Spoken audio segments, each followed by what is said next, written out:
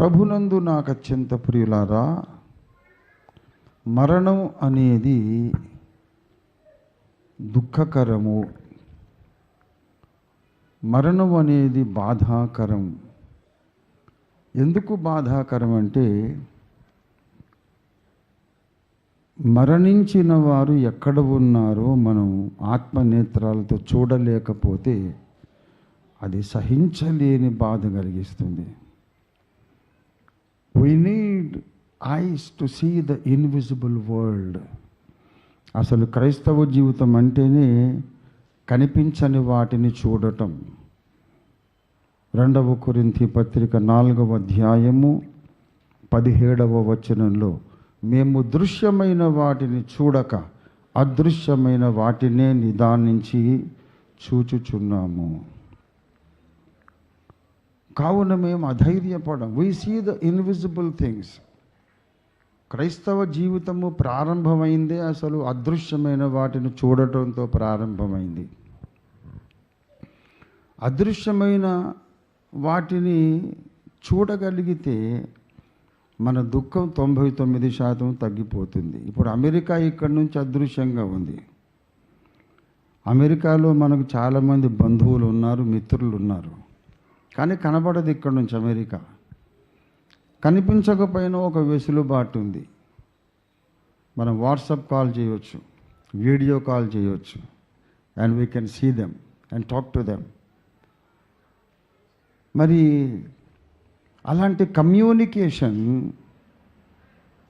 స్వర్గస్థులైనటువంటి మన ప్రియులతో మనకు లేదు.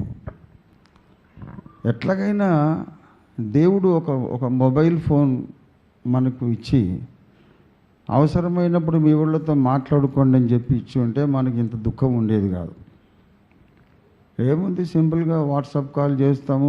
ప్యారడైజ్కి వివేకానంద్ గారు కనపడతారు. ఏం బాబు బాగున్నా, నేను బాగానే ఉన్నాను, మీరు బాగున్నారా అని మామూలుగా మాట్లాడుకుంటాం. అసలు దుఃఖమే ఉండదు. The problem is we can not communicate, we can not see them, we can not know what they are enjoying or experiencing. మనకు తెలీదు. కాబట్టి గుండె బరువెక్కుతుంది. మా నాన్నగారు లేడే, మా తమ్ముడు, మా అన్నయ్య లేడే, కనిపించట్లేదే అనే బాధ మనకు ఉంది. కానీ అదృశ్యమైన వాటిని మనము చూడగలగాలి. అదృశ్యమైన వాటిలో ఇక అది పెద్ద ప్రసంగం నేను ఇప్పుడు చేయను. మోషే అదృశ్యుడైన వానిని చూచుచున్నట్టు అని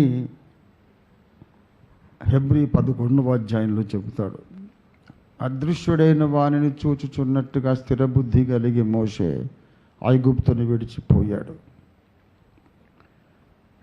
గనుక కనిపించని వాటిని చూడడంతో మన రక్షణ ఆరంభమవుతుంది. గలతీ 3వ అధ్యాయంలో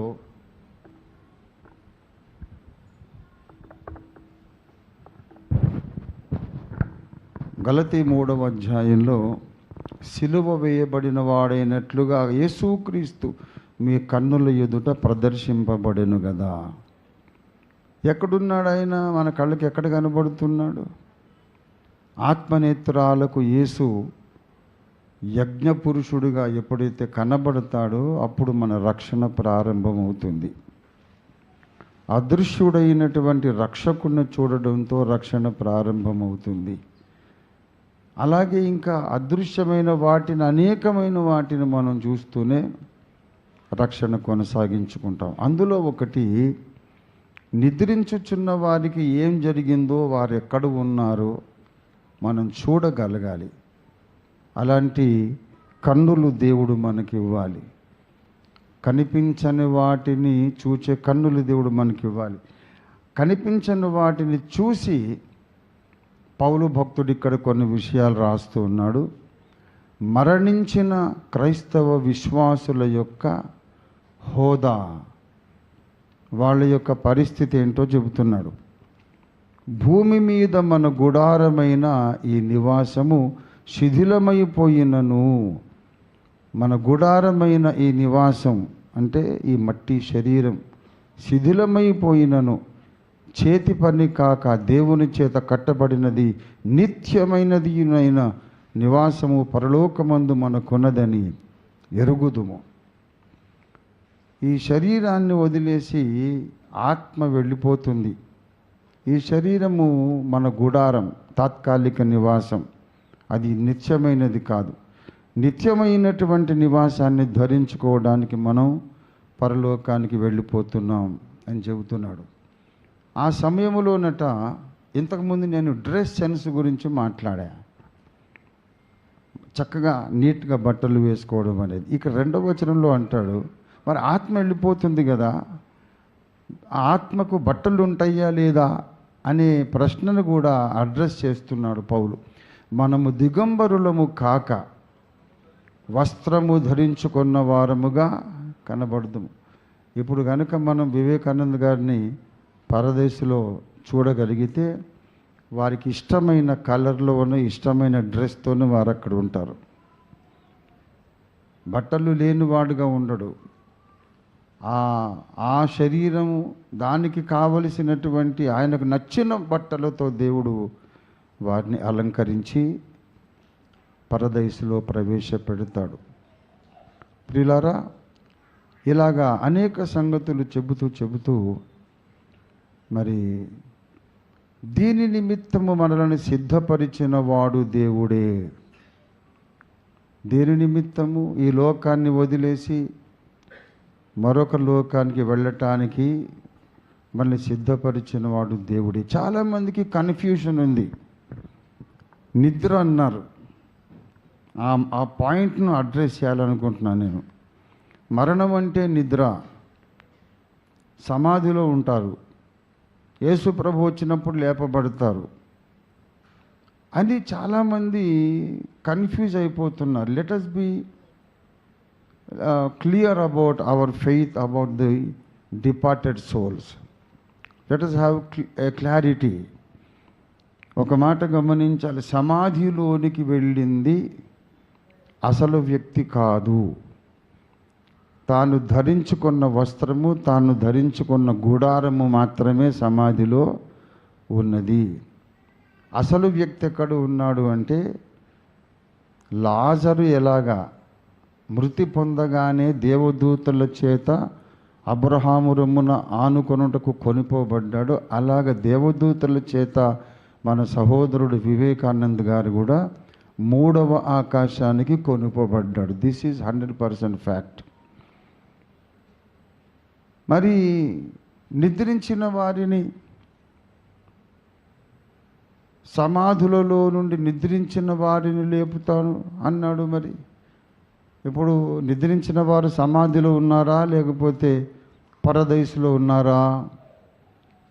లూకాసు వార్త 16లోనేమో లాజరు ఆయన మృతి పొందగానే దేవదూతల చేత కొనిపోబడ్డాడు.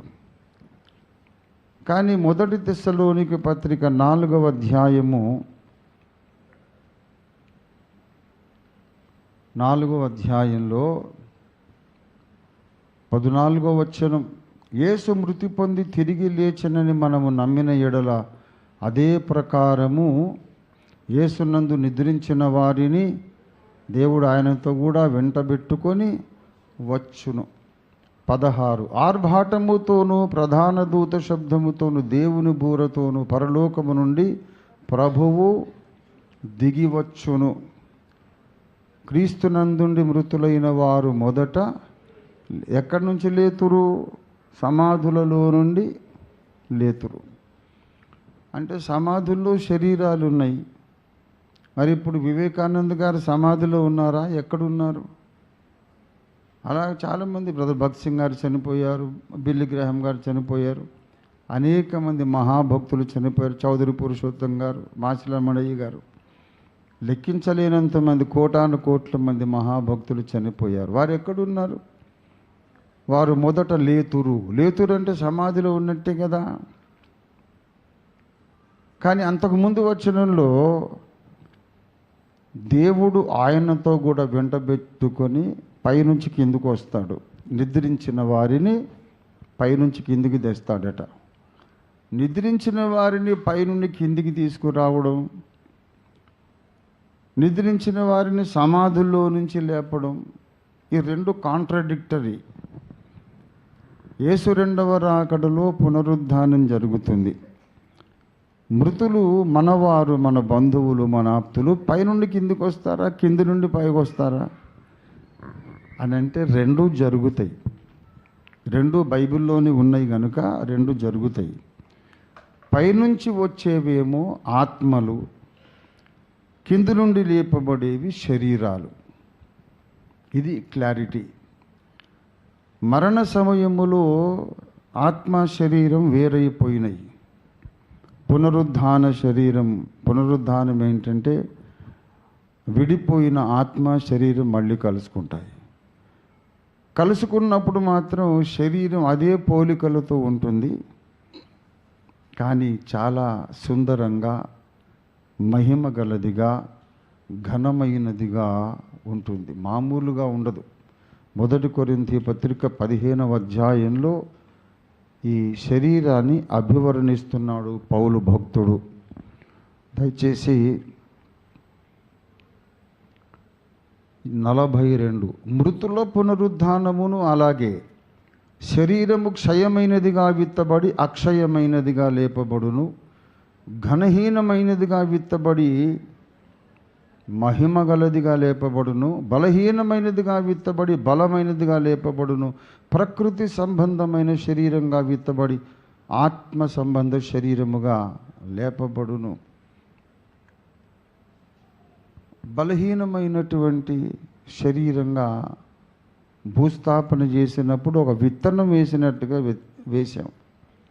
అదే శరీరం బయటకు వస్తుంది. మళ్ళీ మరణ సమయంలో విడిచి వెళ్ళిన ఆత్మను ధరించుకోవడం, ఆత్మను మళ్ళీ తనలో చేర్చుకోవడానికి the same body will come back to life. కానీ పొజిషన్ మారుతుంది, స్టేటస్ మారుతుంది. ఎలాగంటే బలహీనమైనదిగా విత్తబడి బలమైనదిగా లేపబడుతుంది, మహిమ గల దేహముగా లేపబడుతుంది. దీనికి చక్కని ఉదాహరణ సీతాకోకచిలుక. ఎంత అందంగా ఉంటాయి వాటికి ఉన్నటువంటి కలర్ కాంబినేషన్, దానిలో ఉండేటువంటి డిజైన్, పర్ఫెక్ట్ డిజైన్, ఆశ్చర్యకరంగా ఉంటుంది. రకరకాల డిజైన్స్లో సీతాకోకచిలుకలు ఉంటాయి. సీతాకోకచిలుకను ఎట్లా తయారు చేస్తున్నాడు దేవుడు అంటే, అది ముందు గొంగళి పురుగు. గొంగళి పురుగు దాన్ని ఎవరు ముట్టుకోవడానికి ఇష్టపడరు, చూడ్డానికి అందంగా ఉండదు, దాన్ని పట్టుకొని ఎవరు ముద్దు పెట్టుకోరు. అది ఒక మట్టి గూడు చేసుకొని దాంట్లో ఉండిపోతుంది సమాధిలో. ప్రకృతిలో ఇది ఒక అద్భుతం. ఒక నిర్ణీత కాలం అయిన తర్వాత ఆ మట్టి షెల్ను అది పగలగొట్టుకొని బయటకు వస్తుంది.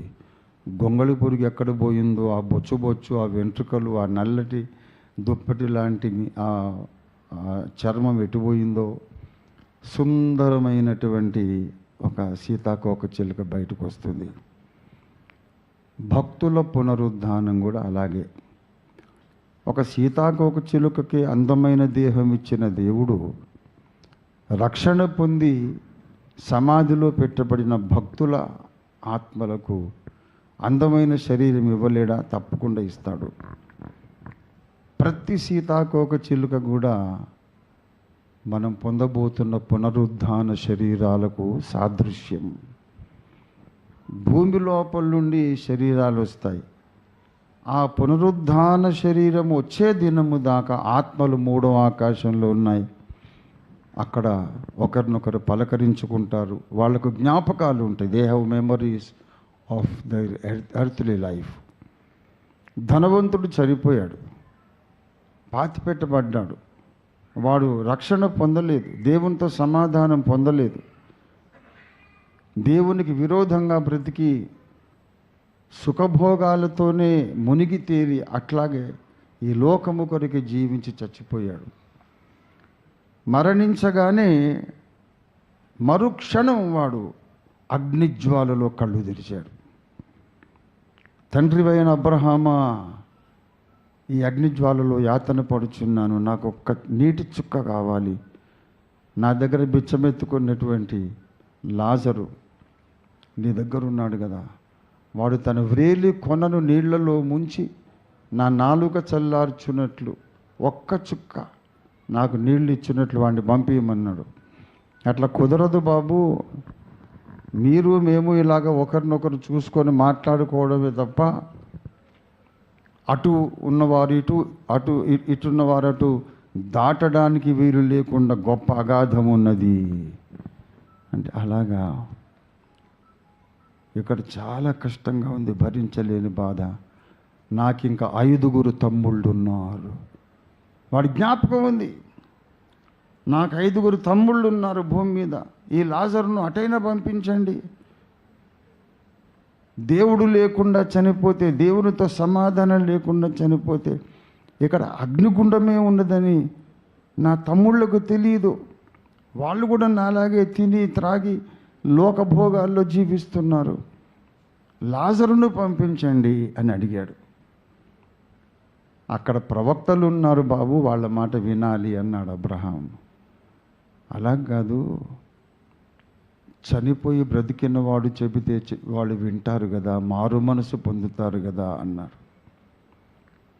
ప్రవక్తల మాట వినకపోతే, లేఖనాల మాట వినకపోతే, చచ్చిపోయి కళ్ళ ముందే లేచిన వాడు చెప్పినా సరే వినరు, ఇంకా ఛాన్స్ లేదని చెప్పాడు. ప్రియులారా, అనేక విషయాలు ఆ లూకా 16:19 నుండి ఉన్నటువంటి ఆ కథలో మనం వాస్తవాలు నేర్చుకోవాలి. చనిపోయినాక కూడా ఒకళ్ళనొకళ్ళు జ్ఞాపకం పెట్టుకుంటారు. మెమొరీస్ ఎక్కడికి పోవు. అదిగో లాజరు అన్నాడు, వాడి వ్రేలి కొన అన్నాడు, అంటే వేళ్ళు కాళ్ళు ఉన్నాయి, ఇంకా నా నాలుక చల్లార్చు అన్నాడు, నాలుకుంది వీడికి, కళ్ళెత్తి చూశాడు, కళ్ళున్నాయి. భూమి మీద నా తమ్ముళ్ళు నన్ను కాపాడుకుందామనే మమకారం ఉంది. Nothing is lost when a person dice, nothing is lost. ఆ ఆకారము, ఆ స్వరూపము, ఆ అవయవాలు, లాజిక్ అన్నీ ఉన్నాయి. ఈ మట్టి శరీరం separate అయిపోయిందంతే. He is the same person with all the faculties, mental and physical, all the faculties, same person. ఒకే దారి, మరణం అనే ద్వారము గుండా అవతలికి వెళ్ళాక వై జంక్షన్ లాగా వస్తుంది ఒకటి. దేవునితో సమాధాన పడ్డవాళ్ళు వేరే డైరెక్షన్లో వెళ్తారు, బ్రతికి ఉండగా దేవుణ్ణి లక్ష్య పెట్టని వారు వేరే డైరెక్షన్లో వెళ్ళిపోతారు. ఆ దేవుడే నరావతారం ఎత్తి సిలువలో మన పాపాల పరిహారం కొరకు యజ్ఞమై బలి అయి చనిపోయి తిరిగి లేచినాడని నమ్మి బాప్తిస్మం పొందిన వాళ్ళందరూ పరలోక మార్గంలోకి వెళ్ళిపోతారు.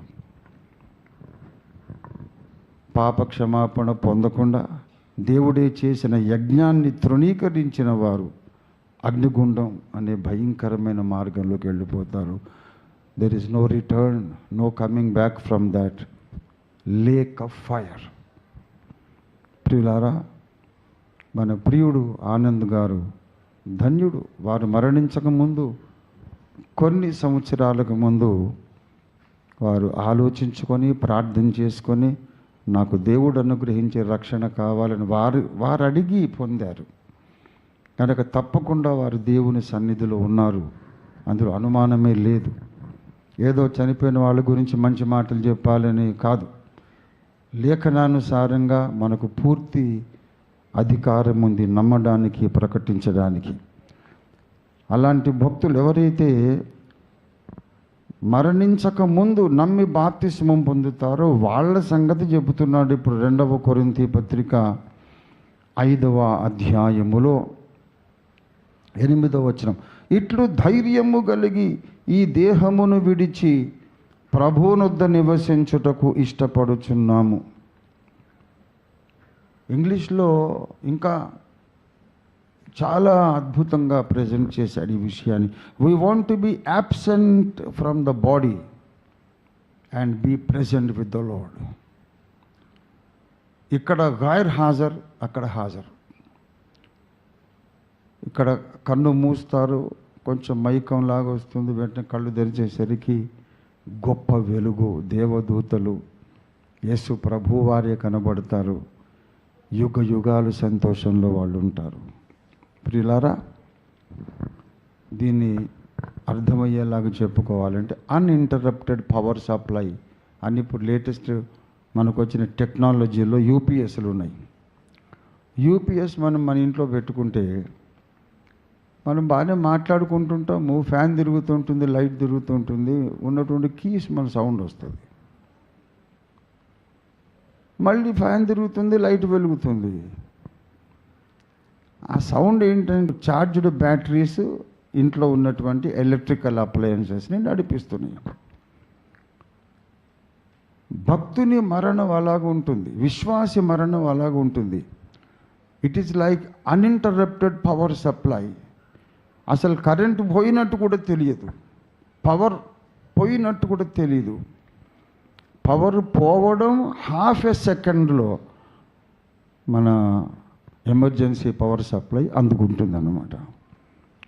ఒక blink of an eye, twinkle of an eye, ఒక చిన్న నిమిషం గ్యాప్ కూడా రాకుండా మెయిన్ పవర్ సప్లై ఆగినట్టు ఆగడం, వెంటనే ఎమర్జెన్సీ పవర్ సప్లై రంగంలోకి దిగడం.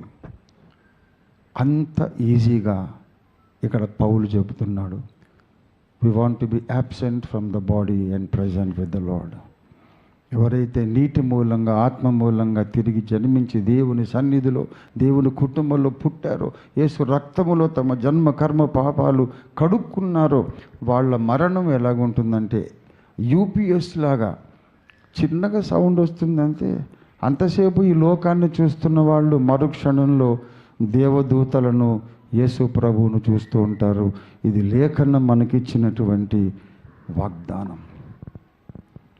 అక్కడ కొంతకాలం విశ్రాంతి, అక్కడ టైం కౌంటింగ్ వేరు. మనకి ఇక్కడ 100 సంవత్సరాలు అయితే వాళ్ళకు పావు గంట, అరగంటలాగా ఉంటుంది. ఇంకా తెలిసిన వాళ్ళందరినీ హలో హలో అని పలకరించుకునే లోపల భూమి మీద యేసు ప్రభు రెండవ రాకడ సమయం వచ్చేస్తుంది. అక్కడ టైం కౌంటింగ్ వేరు. ఇంత లెంగ్దీ టైం అనిపించదు. ప్రభువునందు నిద్రించే మృతులు ధన్యులు, ప్రభువునందు మృతులు ధన్యులు. ప్రకటన గ్రంథం 14:13, వారు తమ ప్రయాసములు మాని విశ్రాంతి పొందుదురు. ఇది ఖచ్చితమైన సత్యం. అయితే ఇది అదృశ్య ప్రపంచం, దీన్ని చూడగలిగే కన్నులు మనకు ఉండాలి. అది యేసయ్య మనకి ఇవ్వగలడు. We must be able to see paradise through the window of the Bible. Bible అనే గవాక్షములో నుండి ఆ కనిపించని లోకాన్ని చూసి నమ్మగలిగిన వాళ్ళు ధన్యులు. వాళ్ళకి ఈ లోకమైన ఆ లోకమైన ఒకటే. ఎన్నో చెప్పడానికి సంగతులు ఉన్నాయి, కానీ నేను ఇప్పుడు చెప్పను, సమయం చాలా దాటిపోయింది. మరి బ్రదర్ వివేకానంద్ గారు ఇక్కడ కన్ను మూశారు, పరలోకంలో కన్ను తెరిచారు. ఆత్మ అక్కడ విశ్రమిస్తూ ఉంది. ఆయన దేహము మాత్రం మట్టిలో ఆ గొంగళి పురుగు దేహంలాగా వెయిటింగ్ ఫర్ ద రిజరక్షన్. ఒక టైం వస్తుంది, the last trumpet will be sounded. కడబూర 7వ బూరం మోగినప్పుడు యేసు ప్రభు వారు ఒక కేక పెడతారు, the shout of the archangel. దేవుని కుమారుని శబ్దమే వినబడుతుంది. సమాధుల్లో ఉన్నటువంటి భక్తుల దేహాలన్నీ బయటకు వస్తాయి. బలహీనమైనవిగా నాటబడి బలమైనవిగా మహిమ కలిగిన శరీరంగా, అక్షయ దేహములుగా, అద్భుతమైన ఇన్వల్నరబుల్ బాడీస్గా. యేసు ప్రభు పునరుద్ధానములో ఎలాంటి బాడీ కలిగి ఉన్నాడో అలాంటి బాడీస్తో వస్తారు. తలుపులన్నీ మూసున్నాయి, గోడల్లోంచి వచ్చేసాడు ఆయన. ముట్టుకోమన్నప్పుడు దొరికాడు, ఆయన ముట్టుకున్నారు. పక్కలో గాయము, చేతుల్లో గాయం పెట్టి చూశారు. టాంజిబుల్ బాడీ, కానీ గోడల్లోంచి నడిచి వెళ్ళిపోయాడు. ఇట్స్ అ గ్లోరియస్ బాడీ, మహిమ కలిగినటువంటి అద్భుత శరీరం. ఆ శరీరంలో పాప మరణముల నియమము లేదు. ఆకలి వేయదు, దాహం ఉండదు, అలసట ఉండదు, అశాంతి ఉండదు. ఈ భూమి మీద ఉండే సమస్యలు ఏవి కూడా ఉండవు. అటువంటి అద్భుత శరీరం తయారవుతుంది. రక్షణ పొంది చనిపోయిన వారి దేహాన్ని మనం పాతి పెట్టేస్తున్నాం, గొంగళి పురుగు దేహాన్ని మట్టి గూడులో ఉంచినట్టు. ఒక టైం వస్తుంది, అదే శరీరం మళ్ళీ లేచి పరదేశు నుండి వచ్చే ఆత్మను మళ్ళీ తనలో చేర్చుకుంటుంది. ఆ ఆత్మ వచ్చి మట్టిలో నుంచి వచ్చిన దేహాన్ని తొడుక్కుంటుంది మళ్ళీ. పునరుద్ధానం అనేది అంత వండర్ఫుల్ ఇన్సిడెంట్. ఆత్మ వస్తుంది, నేను విడిచిపోయిన దేహం ఎక్కడ అని ఫ్రాక్షన్ ఆఫ్ ఎ సెకండ్లో దేవుడు ఇచ్చేస్తాడు. ఎవరి శరీరం వాళ్ళకి ఇచ్చేస్తాడు. అది వండర్ఫుల్ బాడీ. ఆ శరీరం ఇంక ఎప్పటికీ చచ్చిపోదు, ఎప్పటికీ తప్పు చేయదు, ఎప్పటికీ దాహము ఆకలి ఉండదు, ఏ వేదన ఏ సమస్య ఉండదు. పరలోకంలో దేవుని సన్నిధిలో జీవించటానికి యోగ్యమైన శరీరం అది పునరుద్ధాన శరీరం. చచ్చిపోయిన వాళ్ళు ఏమైపోతారో, కుక్క, పిల్లి, నక్క, బల్లి ఏదో అయిపోతారని అనుకుంటారు మన దేశంలో. చచ్చిపోయిన వాడు మళ్ళీ జన్మించేది ఉండదు, ఏ జంతువుగానో పుట్టేది ఉండదు. ఇది ఒకటే జన్మ. చనిపోయిన వాళ్ళు మళ్ళీ పునరుద్ధానం చెందుతారు. రక్షణ పొంది చనిపోతే పరలోక వారసులుగా పునరుద్ధానం చెందుతారు. రక్షణ లేకుండా చనిపోతే యుగయుగాల అగ్నిగుండంలో జీవిస్తారు. This is the final ultimate revolution. ఇది ప్రత్యక్షత. కనుక మనమందరం కూడా మనల్ని మనం పరీక్షించుకుందాం. ఎవరి టైం ఎప్పుడో తెలియదు. ఇదే కాలనీలో ఒక 4 ఏళ్ల బాబు పొద్దున్నే వాళ్ళ అమ్మ వాడిని స్కూల్కు సిద్ధపరుస్తుంటే, అమ్మ ఇక్కడ నొప్పి అమ్మ అంటున్నాడు. 4 ఏళ్ల బాబు, 4 years బాయ్. పిల్లలు బడి ఎగ్గొట్టడానికి, స్కూల్ ఎగ్గొట్టడానికి అంటుంటారు కదా, కడుపు నొప్పి, తలనొప్పి, అది ఇదని. వాళ్ళ అమ్మ అలాగే అనుకుంది. చక్కటి కుమారుడు, చబ్బీ బాయ్. వాడిని అలాగే స్కూల్కి పంపింది. స్కూల్లో కూడా టీచర్ నాకు నొప్పి, ఇక్కడ నొప్పి అంటుంటే, అవునా నాయనా మోషన్కి వెళ్ళావా అంటే, వెళ్ళాను. ఇంకేముంది, గ్యాస్ట్రిక్ ప్రాబ్లమో ఏదోలే, తగ్గిపోద్దిలే అంటుంది ఆ టీచర్. ఒక గంట సేపు అయ్యాక గట్టిగా కేక పెట్టి, టీచర్ చాలా నొప్పి అని పడిపోయాడు. కంగారు పడి డాక్టర్ని పిలిచారు. డాక్టర్ చెప్పాడు, ఇతను చనిపోయాడండి, he died of a heart attack అని చెప్పారు. 4 సంవత్సరాల పిల్లవాడికి హార్ట్ అటాక్ అని ఎప్పుడైనా విన్నామా? This is a fact in this colony. మొన్ననే జరిగింది.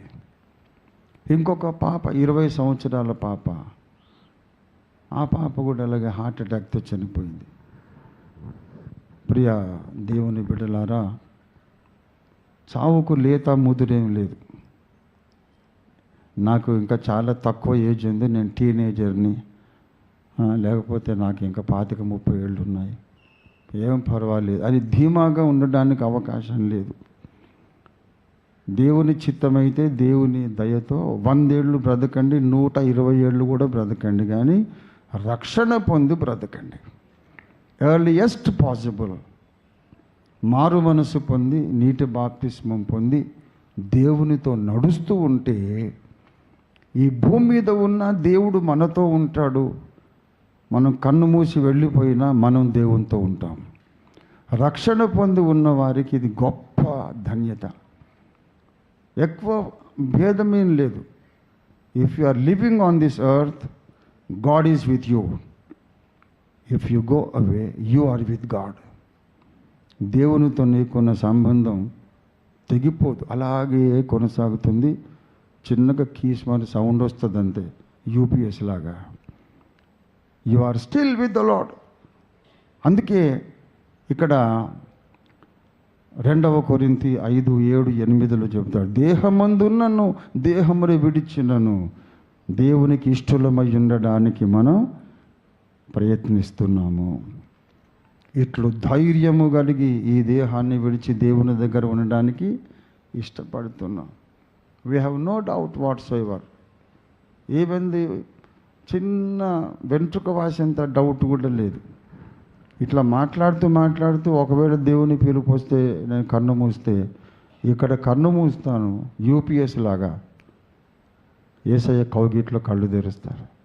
ఓ మై లార్డ్, నన్ను స్వీకరించావా, నీకు వందనాలు. అంతే. That is how a saint dies, a believer dice.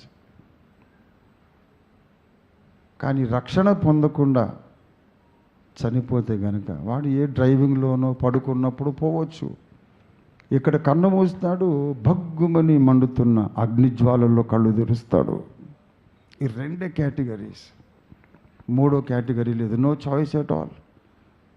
Don't take chances, don't take risk. మనం ఈ లోకంలో భూమి మీద భౌతికంగా బ్రతుకున్నప్పుడే మనం చాయిసెస్ తీసుకోగలుగుతాం, ఛాన్సెస్ తీసుకోగలుగుతాం. ఇటా అటా.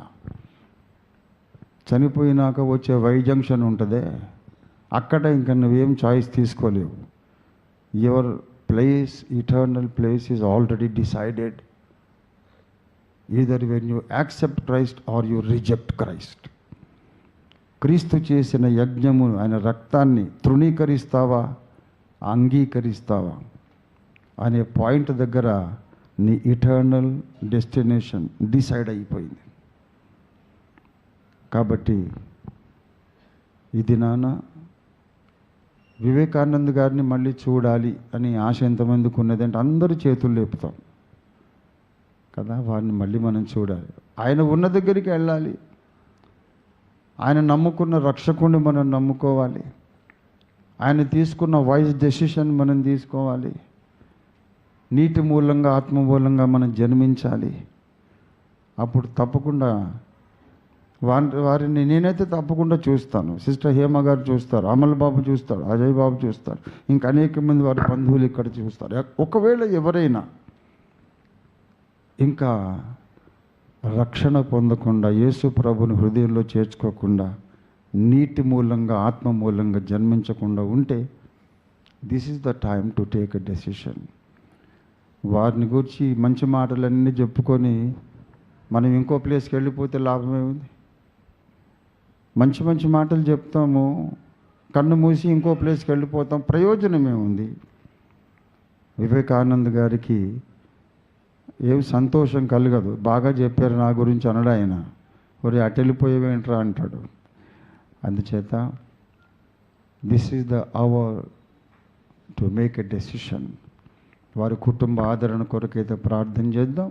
వారి కుటుంబంలో అందరూ దాదాపు నాకు తెలిసినంత మంది అందరూ కూడా ప్రభువులోనే ఉన్నారు. వాళ్ళకు ఆదరణ ఆల్రెడీ దేవుడు ఇచ్చేశాడు. ఒక్కసారి మనం రీడెడికేషన్ చేసుకుందాం, సెల్ఫ్ ఎగ్జామినేషన్, స్వపరీక్ష చేసుకుందాం.